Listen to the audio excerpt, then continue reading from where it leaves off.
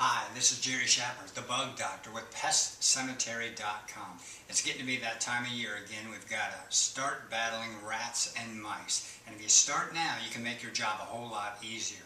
I have some examples of what professionals use and what homeowners can use alike for their rodent control program for the year. One thing I like to use quite a bit of are these cardboard stations made by TrapRite. The reason I like the cardboard is because it's silent. We have thin plastic ones for mice, and you can fold them over, but when the mice are inside, it makes a lot of noise, and they can hear their claws up against it and everything, and it kind of spooks them. These are great in a pinch and really tiny, can fit in some good places, but a lot of times you're just going to get them to shy away from it because it's too noisy.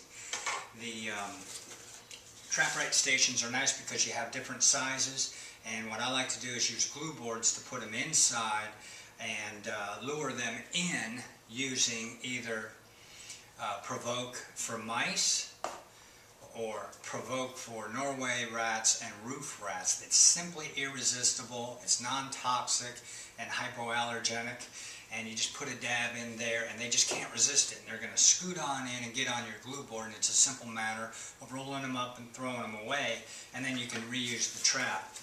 Like I said, it comes in several different sizes, so you can accommodate different situations. This one's like for maybe behind I don't know, something in a barn or something like that. Nice long runway tube, and the rats feel a little bit more comfortable going in and seeing the exit on the other side, so they'll go in and get into your placement here. Generally speaking, I'm not going to use baits with the cardboard because I can't really secure it and keep non-target animals or kids from getting to the bait. So most often this is going to be used in a situation where I'm going to use glue boards or snap traps. Snap traps are one of the quickest way to get rid of mice, and they're quite humane. They 1/38,000th of a second, and this thing snaps and it's over with, and the mice is gone. Mouse is gone, and you can just simply throw this thing away. It's about 83 cents, and then a big rat trap, maybe a $1.85, something like that. I have a video on that, on how to trap rats and mice, which I'll link to at the end of this video or in this article, and you can go there. For professionals, and perhaps for you too, the homeowner, if you've got a situation where animals or kids are going to be around the bait, you're going to want to use a protective bait station, and a lockable one. This thing is really thick gauge plastic, and so a dog or a kid is really going to have to work to get inside this thing. When it shuts, it locks, and the nice thing about it is, get a piece of bait here. You just put the bait on this wire and it goes right inside, and what that does is, rats especially are hoarders, and they're going to take the bait, go back to the nest and store it away, and they might never eat it. And so sometimes you put out a ton of bait and never get a rat to die. Well, the reason is he stored it for a rainy day and he just hasn't hit that rainy day.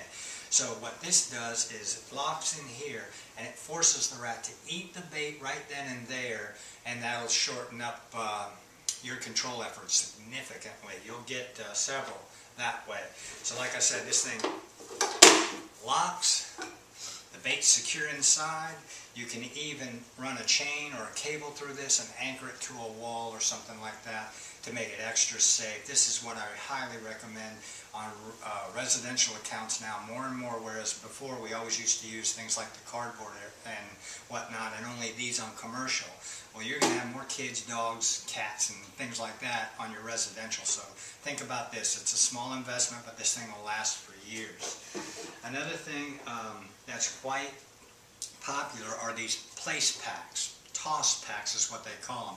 Basically, you go up in the attic if you've got some mice, or like I say, you're trying to do this preventatively, and these toss packs are just a few ounces of bait. Simply toss it, forget about it, and leave the attic. Don't use those behind a stove or somewhere where kids or, like I said, pets can get into it, because those toss packs can easily be ripped open and the bait scattered about, and then you're going to have pretty bad situation, so you don't want to do that. The professionals like to use, especially in heavy rat infestations or mouse infestations where food and competition for food is not an issue because there's just so much of it. Well, rats need straight drinking water every day. So we use a product called Liquid Tox, which mixes with water, and then you put it in a drinking tray and in a secure box, something that only the rat or mouse can get into, and they'll drink it, and it's poison bait, and it'll get them very, very quick, especially in drier areas. Rats need straight drinking water every day. Mice do not, so this is more of a rat control program. Even in your residential situation, you're doing this at your home, go ahead, and almost every box of rodent stations has a place where you can either write or get a sticker and mark the date when you put the pesticide, the name of it, the rodenticide, and just put it on there. If there's any problem and they can't get a hold of you and the sticker's on here, they're going to know, hey, it was final bait blocks that is what was in here, and now, you know, we'll rush the kid to the hospital, and at least we have a way to help him.